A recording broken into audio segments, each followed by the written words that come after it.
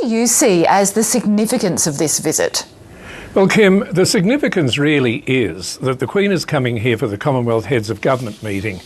I must tell you right here and now that I am a Republican, and I'm sorry that she's here as the Queen of Australia.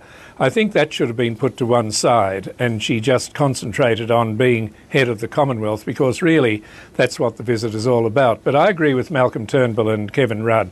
We must show her absolute respect, whether you're a Republican, a monarchist or an anarchist or whatever you are.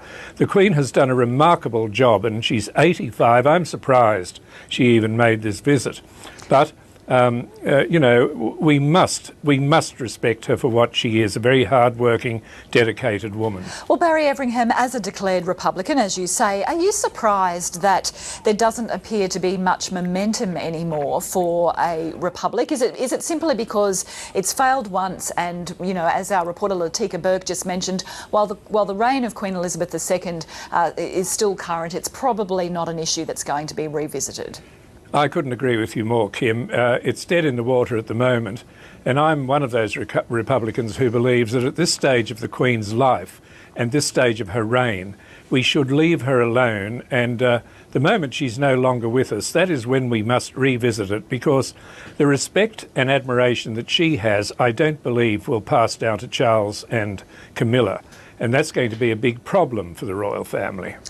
Barry Everingham, there was a story today in the Wall Street Journal online which said that the Queen is competing with Lady Gaga and Oprah as the biggest celebrity to visit Australia in the past year, that her fame outweighs her political relevance in a country where she is still officially the head of state. What are your thoughts? Well, I've always believed in the last 20 years that the behaviour of the young royals has turned them into celebrities, and this is where the royal family is falling apart. People say the Queen has never put a foot wrong. Well, I'm afraid she's put 4 feet wrong in having the children she has, because Princess Anne is the only one that's really done her any good, but Charles, Edward and the other one, what's his name? Andrew. You know, well, what about William and Kate? I mean, are they going to revitalise the monarchy? No, I don't think so. William and Kate are, you know, a gorgeous couple, and they're going to have gorgeous children. You know, but so does Brad Pitt. You know, that wedding was the most remarkable piece of theatre I've seen in years. But you know, it was the wedding of 2 celebrities. And you know, as for the crowds, your reporter in Canberra said it all when she said, you know, there was a lottery for the tickets. These days, 2 men and a dog turn out to see the members of the royal family when they come here. You know, not 200, 300,000 people who jammed the streets of Sydney in 1954 when she came on her first visit.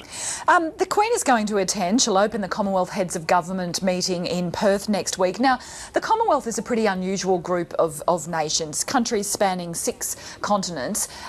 What do you think is going to happen to the Commonwealth as an entity once the inevitable happens and the Queen passes?